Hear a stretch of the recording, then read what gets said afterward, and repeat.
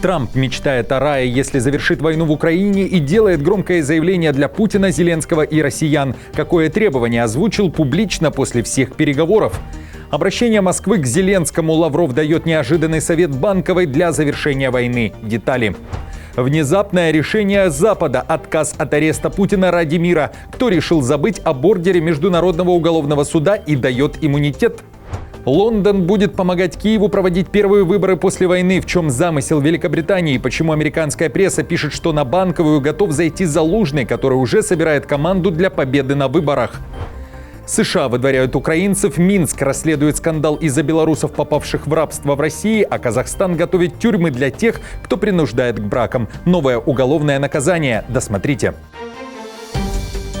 Всем привет, это «Время Прядку». Коротко, четко и по делу о том, о чем говорят в мире. Если вам есть что сказать, делитесь своими мыслями и отвечайте на мои вопросы в комментариях. За лайк и подписку буду особенно благодарен. Время начать. США выдворяют украинцев. Иммиграционная и таможенная служба Америки заявила о депортации украинских граждан. Короткое заявление появилось на официальной странице ведомства в сети X. Вот фотографии первых моментов возвращения украинских иностранцев домой после их депортации из Соединенных Штатов. Кроме фото и одного предложения нет никакой информации, кто эти люди и за что их депортировали. В то же время в июне посольство Украины в США сообщало о том, что в депортационных центрах находилось 24 украинца, которых планируют попросить на выход из страны. Однако тогда процесс депортации не начался из-за организационных и логистических проблем, в частности из-за отсутствия международных авиарейсов в Украину. Ранее издание «Вашингтон-Пост» сообщало, что администрация Трампа разработала план, согласно которому средства, выделенные на иностранную помощь, могут быть использованы для программы под названием «Добровольная депортация из США», которая может включать 200 тысяч украинцев, в том числе тех, которые приехали в США из-за войны. Сам же Трамп 3 недели назад заявил, что украинским беженцам разрешат остаться в Америке как минимум до завершения войны в Украине. В Литве назвали дату возможного вступления Украины в ЕС. Президент Науседа призывает европолитиков определить точную дату интеграции. И, судя по его словам, Украине до ЕС еще минимум 5 лет. Это был бы сигнал, который крайне важен для Украины. Мы должны вовлечь ее в процесс переговоров, установив конкретный срок членства в ЕС – 2030 год. В то же время председатель Евросовета Антонио Кошта заявил, что процесс вступления Украины в Евросоюз должен продолжаться. Украинские вооруженные силы будут первой линией обороны. Поэтому мы должны усилить, укрепить и разблокировать нашу военную поддержку Украине. Наконец, продвижение процесса вступления в ЕС, поскольку будущее Украины – это не только мера безопасности, но и перспектива стабильности, развития и процветания, которая обеспечит вступление в Европейский Союз. Напомню, Украина подписала соглашение об ассоциации с ЕС после событий на Майдане в 2014 году. Уже в 2022 году Украина официально получила статус кандидата на вступление в Евросоюз, а уже в 2024 году ЕС начал переговоры с Киевом о членстве. Этот процесс длительный и может занять очень много лет. Украина вправе сама решать, в каком союзе ей состоять, и Россия согласна с такой формулировкой. В Госдепе США уверяют, что к моменту заключения мирного договора Киев должен понимать, куда и как ему двигаться, с кем быть, а с кем не быть. Вот то, что сейчас обсуждается. Любая суверенная страна имеет право вступать в оборонные союзы. Это не только НАТО. У нас есть соглашения с Южной Кореей, с Японией, другие государства тоже заключают такие договоры. И впервые, кстати, российская сторона, под давлением или по предложению президента Трампа, признала, что послевоенная Украина имеет право на подобные соглашения. Сейчас мы вместе с европейскими и неевропейскими союзниками работаем над созданием таких гарантий безопасности. Несмотря на это громкое заявление, Трамп уже после встречи с Зеленским заявил, Украину в НАТО не ждут и ее там быть не может. В том числе потому, что этого требует и Москва. Несмотря на это, мировая пресса называет последние переговоры Зеленского и Трампа перезагрузкой отношений. Издание «Политика» пишет также о том, что встреча Трампа с Путиным на Аляске проложила путь к обсуждению гарантий безопасности. В Белом доме заявляют, что воодушевлены тем, что Путин идет на контакт. Одним из таких признаков стало обсуждение гарантий безопасности. Путин включился в разговор о гарантиях безопасности вместо того, чтобы говорить «нет, нет, нет», сказал источник. Если бы Аляска не была успешной и Путин не дал бы нам небольшого шанса, у нас бы не было европейцев в Белом доме. И еще о Путине. Он будет жестко торговаться, но этот шанс огромен. А еще Трамп уже точно решил Киеву не вернуть Крым, который он назвал жемчужиной и конфетой, которую Россия забрала у Украины как у ребенка по вине Барака Обамы, без единого выстрела. Несмотря на такие пессимистичные заявления для украинцев, Трамп дал свой прогноз. Далее цитата: «Украина вернет свою жизнь, перестанет терять людей и получит много земли. Россия – это мощное военное государство, нравится это кому-то или нет». Конец цитаты. Трамп также выразил надежду, что попадет в рай, если сможет остановить убийство 7 тысяч человек в неделю. По его словам, именно столько теряют стороны на войне. В своем новом заявлении в эфире Fox News он обратился к россиянам, назвав нацию мощной, а также к Зеленскому и Путину. Предлагаю послушать. Надеюсь, президент Путин будет вести себя хорошо. Если нет, будет сложная ситуация. И я надеюсь, что президент Зеленский сделает то, что должен. Покажет немного гибкости. Это беспорядок. Его начал Джо Байден. Это никогда не должно было случиться. Украина вернет свою жизнь, перестанет терять людей и получит много земли. Это война, и Россия – это мощное военное государство, нравится это кому-то или нет. Это большое государство. Это не та война, которую следовало начинать. Так не делается. Нельзя идти против страны, которая в 10 раз больше тебя. В Москве же тоже сделали обращение, адресованное Зеленскому. Лавров заявил, что России не нужны были ни Крым, ни Донбасс. Они не являлись целью России. РФ, по его словам, шла защищать права жителей украинских регионов, которые хотели говорить на русском.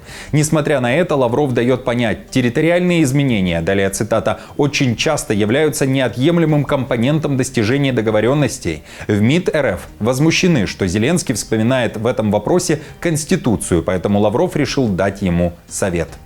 Это интересный момент, поскольку, как это не смешно, но до сих пор в украинской конституции, несмотря на принятые законы, запрещающие русский язык во всех сферах жизни и деятельности человека, в Конституции Украины сохраняется обязательство государства в полной мере обеспечивать права русского, это отдельно выделено, и других национальных меньшинств. Если он так печется о своей Конституции, то я бы начал все-таки вот с ее первых статей, где именно это обязательство и закреплено.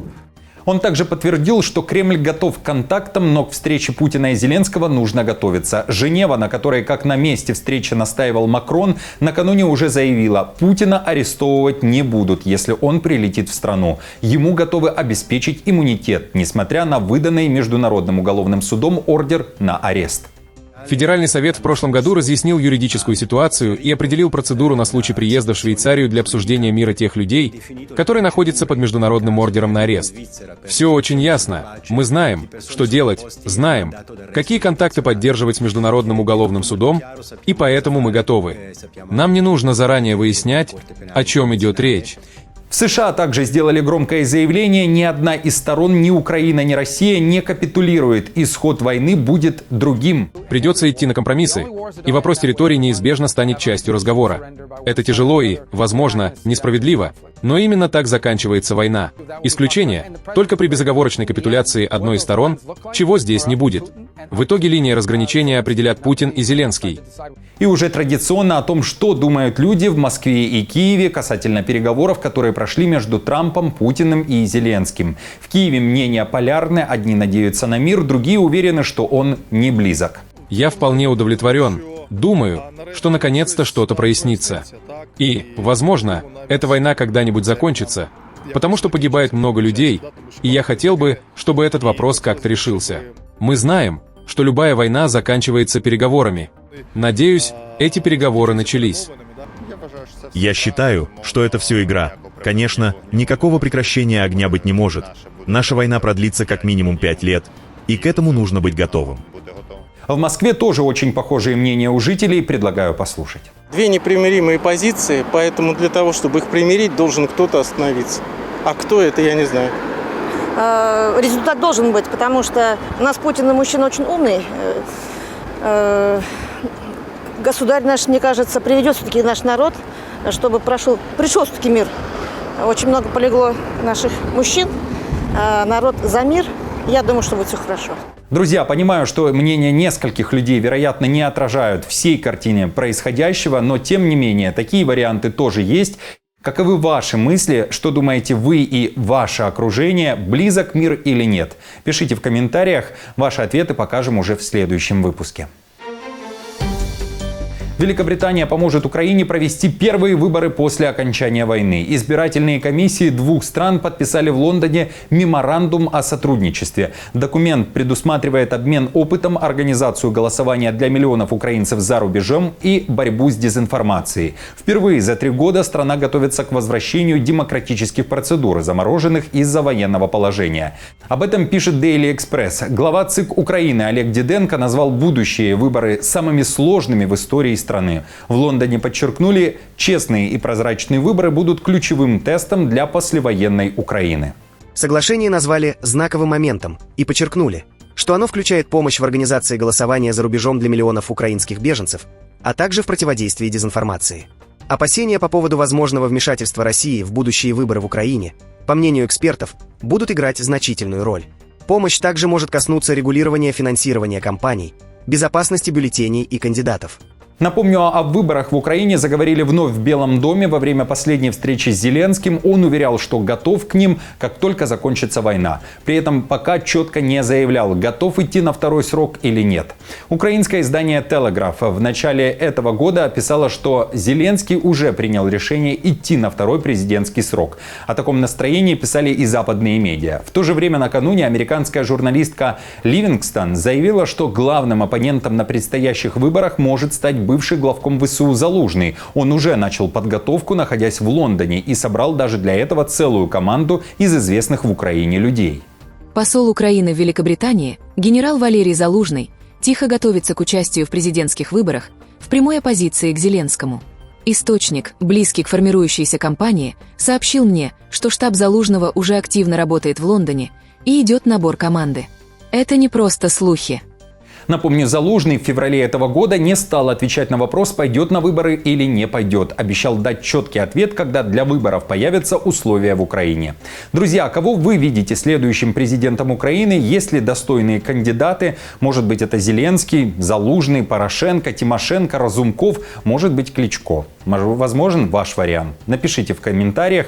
Если не сложно, оставьте свой лайк под видео и не забудьте подписаться. Знаю, что многие из вас со мной ежедневно, но без подписки. А я продолжаю.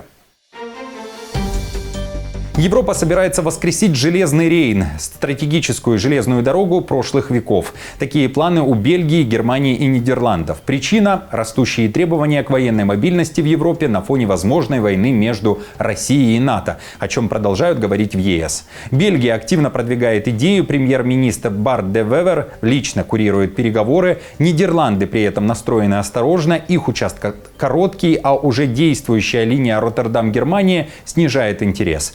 Германия при этом относится к идее скорее благожелательно. Переговоры идут непросто, но ситуацию может изменить финансирование. Если Брюссель оплатит большую часть расходов, сопротивление соседей может быстро ослабнуть. Железный Рейн, который когда-то связывал порт Энтуэрпен в Бельгии с промышленным регионом Рурским в Германии, играл ключевую роль для союзных сил во время и после Второй мировой войны. Не использовавшаяся десятилетиями, часть линии была заброшена с 1991 года. Но теперь, когда потребности ЕС в военной мобильности растут, а другие железнодорожные линии сталкиваются с проблемами пропускной способности, давление на принятие мер усиливается.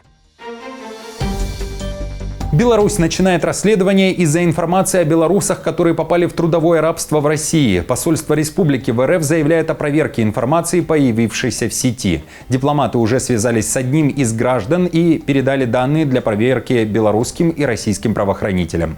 Речь идет о случаях, когда людей привозили на поля и в теплицы, где они месяцами работали без зарплаты и фактически не могли покинуть территорию. По словам освобожденных, условия напоминали трудовую кабалу. Выход в магазин только с сопровождающим, еда в основном из просроченных продуктов, а любые попытки побега строго пресекались. Часть работников, в том числе 4 гражданина Беларуси, уже вернулись домой. Их истории переданы в правоохранительные органы. Посольство заявило, что держит ситуацию на контроле. Казахстан объявил войну принудительным браком. Теперь за попытку затащить в брак против воли грозит тюрьма. Президент подписал закон, вводящий в Уголовный кодекс новую статью. Принуждение к браку через угрозы, насилие или шантаж – это до 2 лет лишения свободы. А если дело дойдет до тяжких последствий, срок увеличивается до 10 лет. Причина жестких мер проста. Только за последние 5 лет в стране расследовали 257 таких дел, но почти все они были закрыты. Теперь и лазейки не останется. Похищение с целью брака будет рассматриваться сразу по 2 статьям. Власти заявляют прямо: Казахстан за нулевую терпимость к этому странному обычаю. Принятые меры, направленные на усиление защиты прав граждан, обеспечение неотвратимости наказания и формирование в обществе нетерпимости к нарушениям в сфере личной свободы. Органы прокуратуры продолжают работу по надзору за соблюдением законности и защите прав граждан. Друзья, спасибо вам за просмотр. До встречи уже завтра. Не забудьте подписаться на канал и поставить лайк этому видео. А я напомню, новости за неделю собраны, как всегда, в плейлист. Переходите и смотрите.